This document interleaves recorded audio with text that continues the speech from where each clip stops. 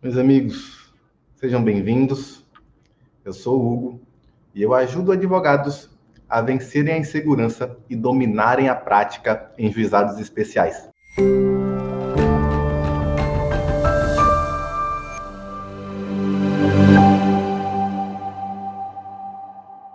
Por que é que você deve investir tempo na narrativa dos fatos numa ação de indenização por negativação indevida? Olha, não foram poucas as vezes em que eu vi o advogado, ele ajuizar a ação de indenização por negativação indevida, e ele, talvez por entender que fosse uma ação muito simples, talvez por entender que não precisasse de muita dedicação, porque era um entendimento já consolidado, já dominante, inclusive do STJ, de que a inscrição indevida em cadastro de inadimplentes resulta em dano moral.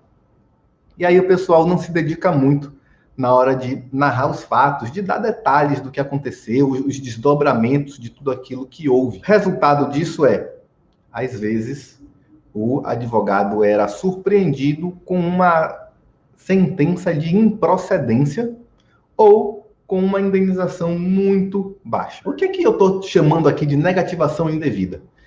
A gente tem, na verdade, várias hipóteses, né, 4 pelo menos, de negativação indevida. Eu sei, talvez você esteja pensando assim, poxa, tem isso tudo? Mas tem, sim.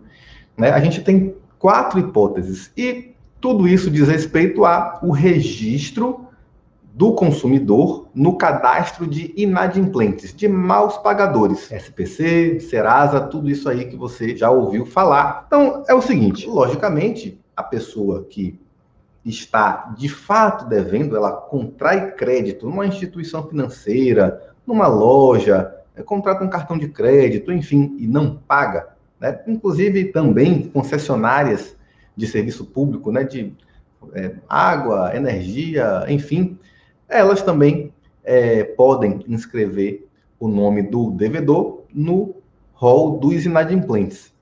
Né? Isso é básico, você já sabe, tem normas sobre isso no CDC, inclusive, mas são 4 hipóteses, né? Talvez você esteja pensando que a negativação indevida ela só ocorre quando a pessoa simplesmente ela não deve nada ao suposto credor.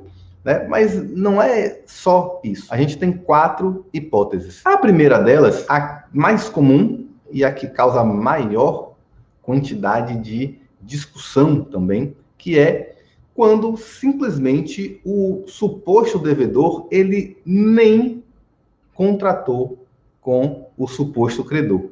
Né? Isso é muito comum, né? A gente tem, uma das ações mais comuns mesmo nos juizados. Uma sessão de julgamento que não tenha, né, muitas ações dessa aí é uma sessão atípica, né? A não ser que seja uma sessão temática e tal, que tenham separado um tema específico para tratar, normalmente você tem muitas ações nesse perfil, né? Que a parte, o autor, ele simplesmente é surpreendido com a anotação dele no rol dos inadimplentes. Ele nem conhece o suposto credor. Ele simplesmente nunca contratou, não conhece, não deve nada àquela empresa, aquele fornecedor que se diz credor dele. Essa é a hipótese mais comum. Outra hipótese muito comum também é eu contratei com a empresa, mas eu não devo nada. Isso acontece justamente por um erro de processamento da empresa normalmente. Né? A pessoa pagou, houve um erro no processamento,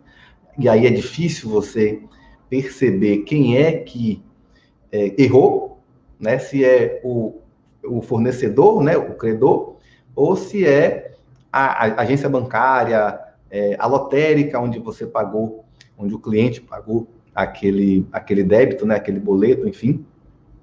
É difícil identificar. Inclusive, normalmente nessas ações é viável você, a depender da situação, ajuizar a ação contra o banco, a instituição financeira, a lotérica e tal, e o credor, tá? Porque provavelmente aconteceu algum erro aí no processamento desse pagamento, sobretudo quando é pagamento com boleto.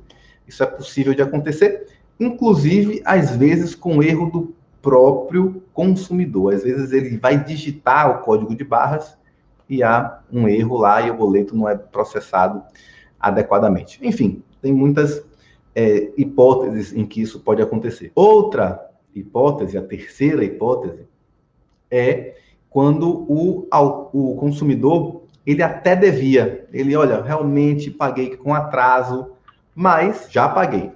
Então, assim, o consumidor, ele paga com atraso, ele atrasa o débito, e aí o nome dele vai para o rol dos inadimplentes, para o SPC, para o Serasa, enfim, mas depois de um tempo, ele quita esse débito, mas o nome dele permanece. É também uma hipótese de negativação indevida. Aí, no caso, é de manutenção indevida no cadastro de inadimplentes. O cadastro, o registro foi feito legitimamente, ele de fato devia, mas depois ele paga e por algum motivo também o fornecedor não requer a exclusão daquela anotação. Isso também é uma negativação indevida, uma hipótese. A quarta hipótese, falta de notificação. Então, na verdade, perceba que, independentemente do débito ser legítimo, de existir realmente o débito, se o consumidor não é notificado previamente, também há negativação indevida. Tá? Por quê? Todo mundo aqui ficou com a rotina bagunçada com o isolamento social, enfim, com toda essa questão. Né? Quem aqui não esqueceu de pagar uma conta nesse período? De fato, é muito comum a parte simplesmente esquecer de pagar uma conta. Né? Não é todo mundo que é adepto do débito automático. Né? Você pode ter aí uma ou duas faturas que simplesmente até chegam, né, por correio na sua casa, ou enfim, por algum outro motivo também não chega. Mas, de fato, a grande questão é que você esquece, simplesmente esquece de pagar. Então, existe a obrigação do arquivista, ou seja, SPC, Serasa e congêneres, de notificar previamente o consumidor antes de divulgar, né, aquele registro lá do débito que ele eventualmente tenha. Então, independentemente de realmente existir o débito, o consumidor deve ser notificado previamente, tá? Aí, inclusive, tem detalhes aí nessa ação que eu posso tratar adiante com vocês. Mas, para não estender muito o nosso encontro, por que é que você precisa ter uma narrativa detalhada dos fatos, das circunstâncias, sempre que você for ajuizar uma ação de indenização por negativação indevida? Primeiro, um detalhe aqui, né? Comumente a gente fala, ação de indenização por negativação indevida, mas normalmente não é só a indenização que você vai pleitear aí nesse caso.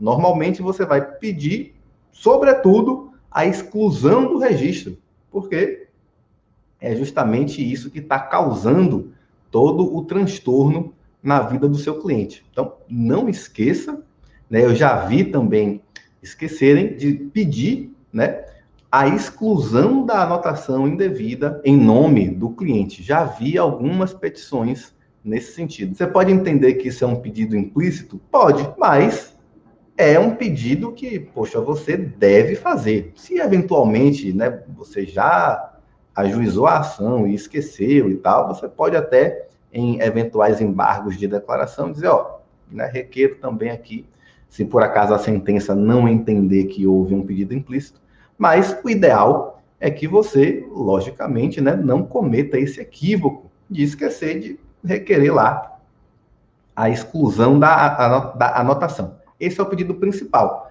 A indenização é consequência, né, de você reconhecer que houve uma inscrição indevida no cadastro de devedores. Mas, dito isso, quando você vai ajuizar essa ação, e de fato é unânime, né, que você, de fato, tem direito à indenização por dano moral. Não tem nenhuma discussão quanto a isso. Mas você deve se esmerar na narrativa dos fatos por alguns motivos. O primeiro deles é que, às vezes, você tem lá todo o indício de que houve uma negativação indevida, mas na verdade você não tem o principal. Em muitos casos, eu já vi a petição inicial afirmar que houve uma inscrição indevida, né, que a parte não deve, até contratou, mas não deve nada ao réu, mas aí ele junta uma notificação do credor dizendo que se ele não pagar, ele vai ser inscrito no rol dos inadimplentes. Aí você fala, mas tá boa essa prova, já tem uma notificação, a gente sabe que, né, se não houve nada dali em diante, o nome dele foi inscrito realmente no rol dos inadimplentes.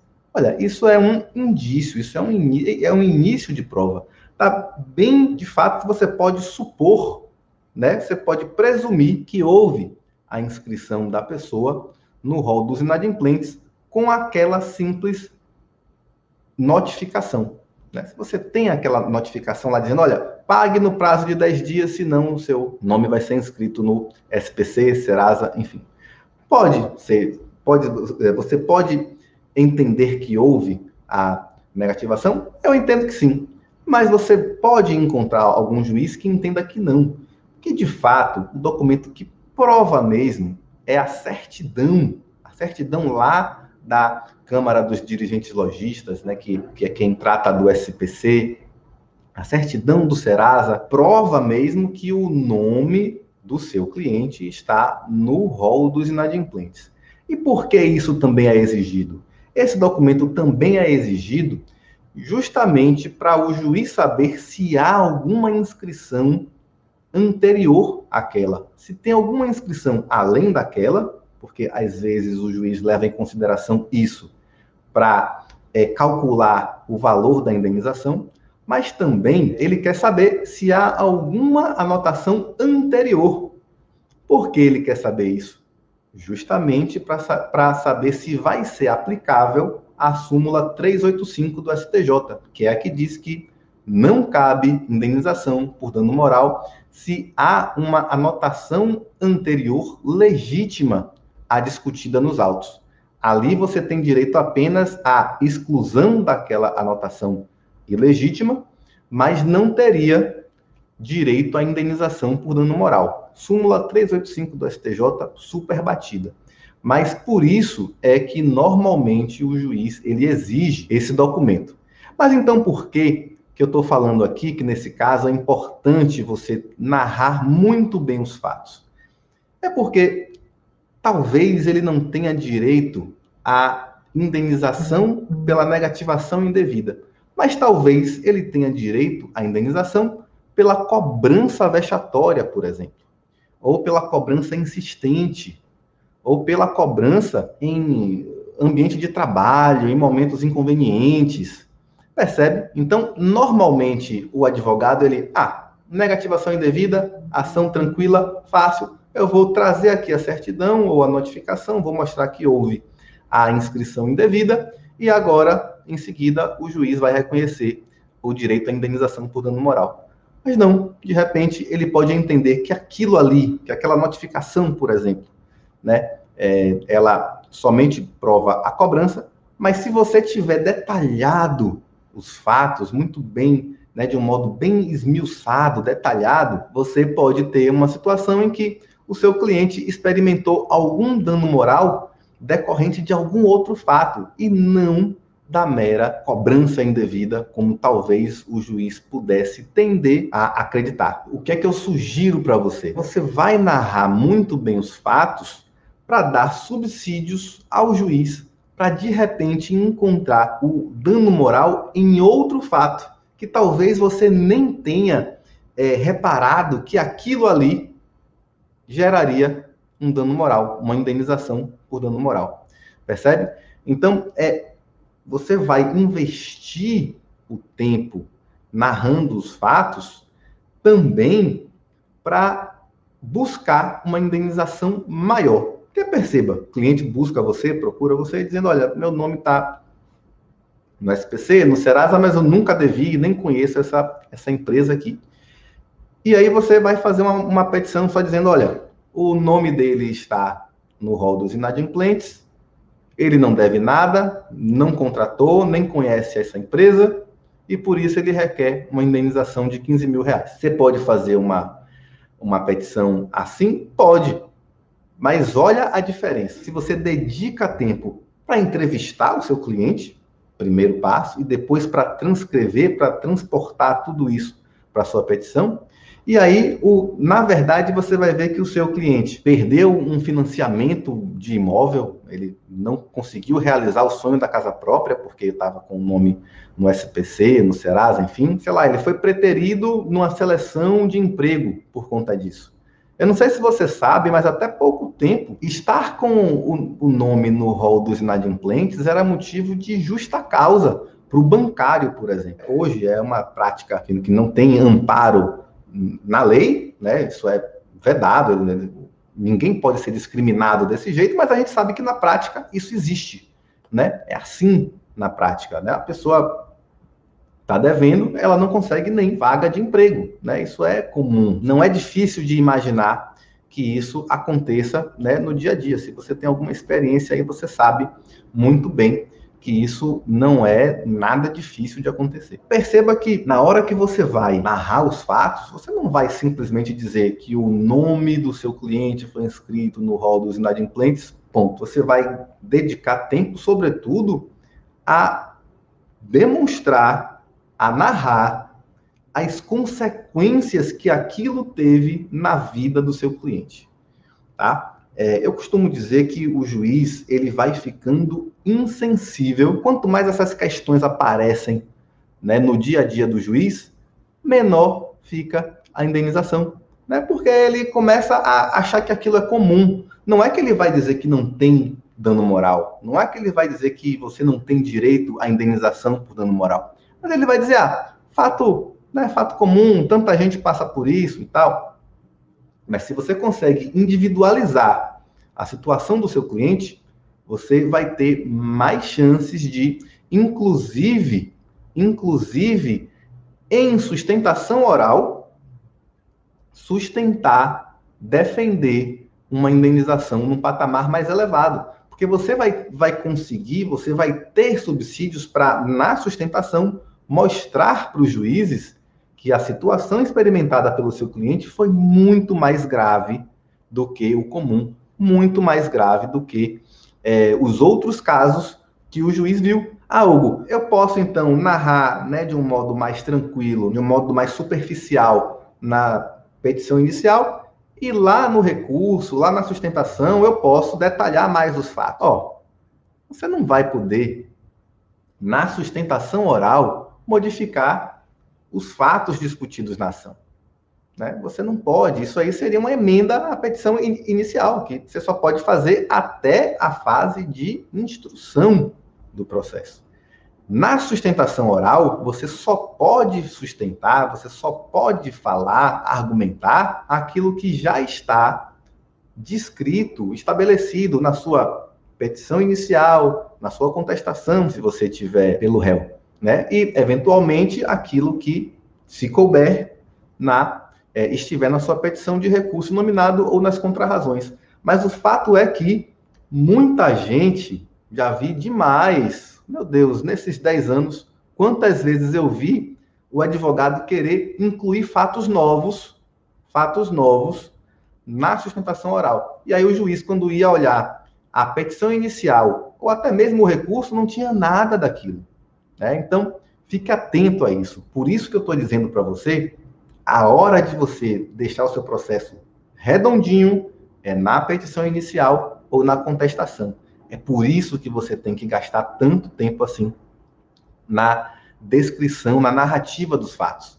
Porque isso vai fornecer subsídios para você lá na frente. Percebe? Isso é muito importante. Talvez logo quando você ajuiza a ação, você pode não perceber o quanto isso é importante. Isso só se mostre necessário, útil, importante para você lá na frente. E aí você tem que realmente fazer um exercício de futurologia, né? Você tem que já se antecipar e já saber, olha, é negativação indevida, é uma ação supostamente simples, mas eu vou me dedicar bastante aqui. E olha, eu estou falando aqui para você gastar tempo na narrativa dos fatos. Não precisa você gastar tempo em juntar jurisprudência, apontar julgados e mais julgados, porque de fato é uma questão muito simples, mas os fatos vão ser uma arma importante para você, né, que vão diferenciar o caso do seu cliente e vão garantir, se não garantir, aumentar muito a sua chance de ter êxito lá na frente, inclusive de ter uma indenização em patamar maior do que seria estabelecido em outras circunstâncias, em outros processos. Outro motivo para você gastar tempo narrando os fatos na petição inicial, a indenização, ela deve levar em conta muitas coisas, são muitos critérios, né? Inclusive valores fixados em ações já julgadas naquele mesmo órgão. Então, o juiz do juizado deve tomar como parâmetro uma média daquilo que já foi estabelecido em circunstâncias próximas naquele juizado. O juiz da turma recursal, ele também tem a obrigação de levar em conta a média dos valores fixados lá naquela turma, mas não é só isso. O juiz deve levar em consideração, na hora de fixar a indenização por dano moral, o juiz deve levar em consideração a gravidade e a extensão do dano. Como é que o juiz vai saber a gravidade e a extensão do dano se você não narra isso? Logicamente, o caráter pedagógico, o caráter restaurador da indenização, né? A indenização, a gente sabe que dinheiro não é capaz de restaurar uma lesão que não é aferível patrimonialmente. A essência do dano moral é que justamente ele não é material, ele não é aferível patrimonialmente. Então, assim, o dano moral, você não tem como fazer uma perícia, chamar um contador e dizer, olha, o dano moral vale X, né? Justamente porque ele não é aferível patrimonialmente, né?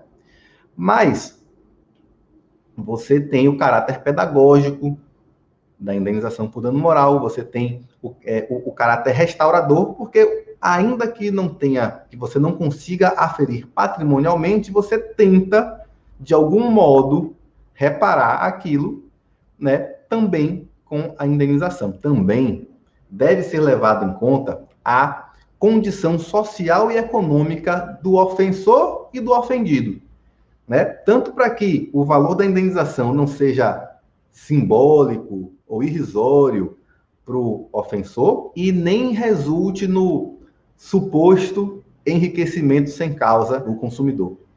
Então, tudo isso deve ser informado na petição inicial. Você tem que dar esses parâmetros para o juiz, tá? São detalhes que ninguém contou para você, mas eu estou contando aqui. Se você tiver esse cuidado de dar essas informações todas para o juiz, ele vai ter elementos para fixar a indenização em valor maior, percebe? Então, veja como é importante você dedicar tempo nessa parte simples da sua petição. A ação de indenização por negativação indevida é uma ação teoricamente simples, mas você está vendo que eu estou trazendo para você aqui detalhes que 90% dos advogados não cuida de colocar na sua petição. Preste atenção nesse detalhe e só isso aí vai fazer você ter resultados melhores nos juizados. Deixa eu falar de um detalhe aqui. É um problema grave que se tem quando você tem um consumidor, um cliente, né, o autor, e ele tem muitas anotações, todas indevidas, no rol de inadimplentes. Esse é um grande desafio que se tem. Por quê? A súmula 385, ela vai retirar o direito à indenização em alguma dessas ações aí. A pessoa pode ter 10 negativações, 10 inscrições, todas elas indevidas no rol dos inadimplentes. 10 inscrições indevidas por 10 instituições diferentes, 10 supostos credores diferentes. O que acontece? Muitas vezes a pessoa perde. Isso era muito comum, né? Hoje, se você notificar o Serasa de que perdeu um documento, aquele documento, o próprio Serasa já informa aos lojistas e aí a pessoa o fraudador ele não consegue usar aquele documento, aquela identidade, CNH, enfim, para firmar contratos fraudulentos. Mas é muito comum a pessoa perder o documento e aí não informa, não narra, não fala nada, e aí um fraudador pega o documento e faz a festa pela cidade, né? Abre conta em banco, contrata isso e aquilo, enfim, cartão de crédito, tudo mais, em nome da pessoa. A pessoa não está sabendo, perdeu o documento e tal. E alguém faz. Inclusive, às vezes, a pessoa tem acesso só a uma cópia. Tem acesso a uma cópia do documento e aí faz a festa. E aí a pessoa fica com diversas negativações indevidas, até porque nem sabia que é daqueles contratos, né? São contratos fraudulentos. Por isso mesmo a pessoa não sabia. E quando descobre, né, é assim de surpresa. Vai receber, até porque o órgão que mantém o cadastro, ele tem a obrigação de notificar a parte, né, o devedor. Mas, logicamente, num contrato fraudulento, o fraudador vai dar, normalmente, um endereço fraudulento também, um endereço desconhecido e tal, e a pessoa nunca vai receber essa notificação, nem para ter chance de se defender, né? Ou sei lá, enfim, talvez até pagar e depois discutir aquele débito. Né? Ela não tem chance quando ela descobre, é de surpresa, já com várias inscrições indevidas em seu nome. O que acontece é, a pessoa vai procurar você, advogado, e se você não tiver estratégia, você prejudica ela. Porque a súmula 385 diz: se houver uma inscrição legítima anterior, não há direito à indenização. Há direito à exclusão do registro, mas não há direito à indenização, tá? E esse é o grande risco. Se você ajuizar a ação na ordem errada, você prejudica e muito o seu cliente. O que acontece? Todas são ilegítimas, né? Mas elas são presumidas legítimas. A anotação, quando ela aparece lá no sistema do SPC, Serasa, enfim, ela é legítima. Entendimento do STJ. Você só pode considerar a anotação ilegítima depois de uma sentença transitada em julgado. Tá? Depois do trânsito em julgado da sentença é que você vai realmente poder afirmar que aquela inscrição ali é indevida. Então, se você, por acaso, ajuizar todas as ações de vez, né, contra cada um dos supostos credores, as ações serão distribuídas, né? Se você reunir essas ações para julgamento conjunto, ok. Mas às vezes o sistema não identifica isso, às vezes você não pede isso.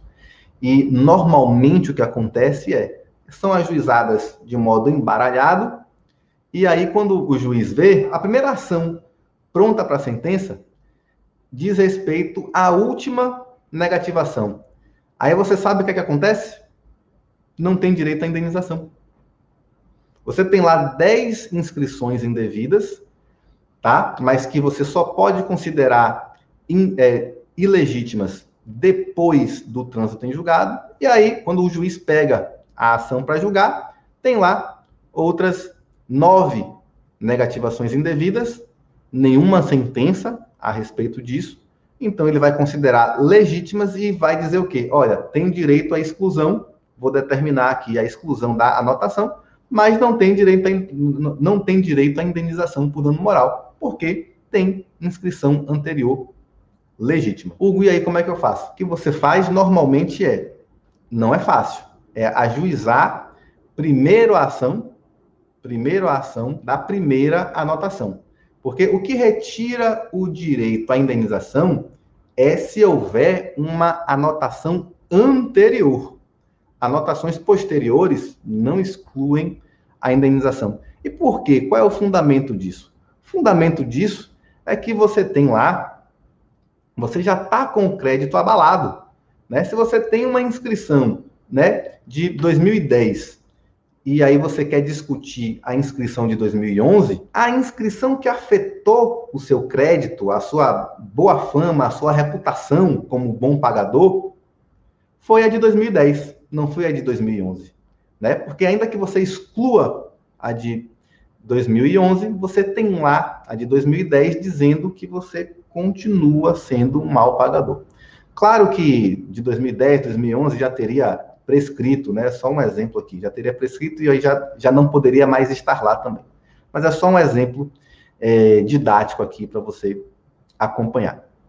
Tá? Então, o ideal é que você ajuize primeiro a ação em relação à primeira anotação e vá seguindo a ordem aí, né, depois. Mas tem uma decisão do STJ que flexibiliza esse entendimento. É uma decisão que fala o seguinte, olha, a anotação, se ela está lá no registro do Serasa, ela é legítima e só pode ser considerada ilegítima depois que for reconhecida por uma sentença transitada em julgado. Tá? Ok. Mas se você tiver muitos indícios, né? Se for verossímil, se você tiver num contexto, você puder entender que todas as outras também são ilegítimas, você pode flexibilizar esse entendimento. No caso desse julgamento do STJ, o que foi que houve? Né? A pessoa tinha diversas anotações, todas ilegítimas, tá? E aí ajuizou várias ações e tal. Todas as outras ações já tinham transitado em julgado e reconhecido que realmente a anotação era indevida, era ilegítima. Mas restaram duas anotações. Uma anterior e a outra que era a anotação discutida naquele processo. E aí, o que é que acontece? A anotação anterior não tinha uma sentença transitada em julgado, mas tinha uma sentença.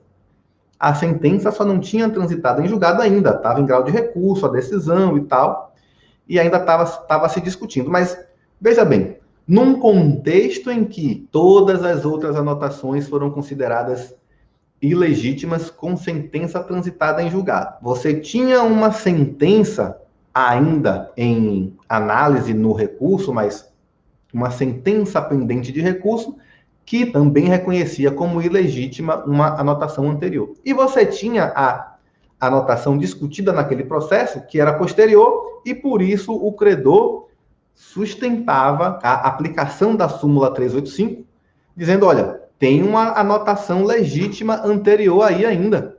Você não pode me condenar a pagar indenização por dano moral, não, porque a outra lá, ela ainda é legítima. Tem até uma sentença, mas não transitou em julgado, então você considere ela legítima, tá? E aí o STJ disse o seguinte, olha, de fato, né, prevalece o entendimento de que até o trânsito em julgado da sentença que assim reconheça, né, você não pode considerar a anotação ilegítima.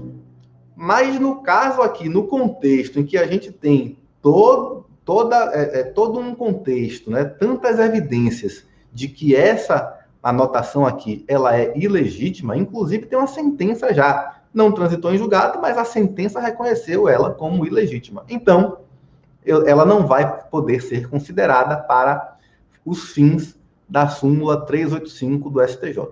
Então, nesse caso especial, mesmo com uma anotação anterior, o STJ reconheceu o direito à indenização por dano moral. Tá? Mas foi num contexto bem específico, tá? Perceba que, na maioria dos casos, o ideal é você ajuizar logo a ação em relação às anotações mais antigas, tá? Para evitar que o seu cliente perca o direito à indenização por dano moral. Ok? O que é que eu recomendo para você? Eu recomendo para você que já agora, né, você vá lá nos seus modelos e já bote lá uma observação para você, né? Caprichar na descrição dos fatos, tá? Só isso aí já vai fazer você ter resultados bem melhores em suas ações de juizado. Amigos, foi um prazer estar com vocês, foi muito bom. Fiquem à vontade aí para maratonar os vídeos aqui do perfil do Instagram, do meu canal aqui do YouTube e do Facebook. Tá bom? Tchau, tchau.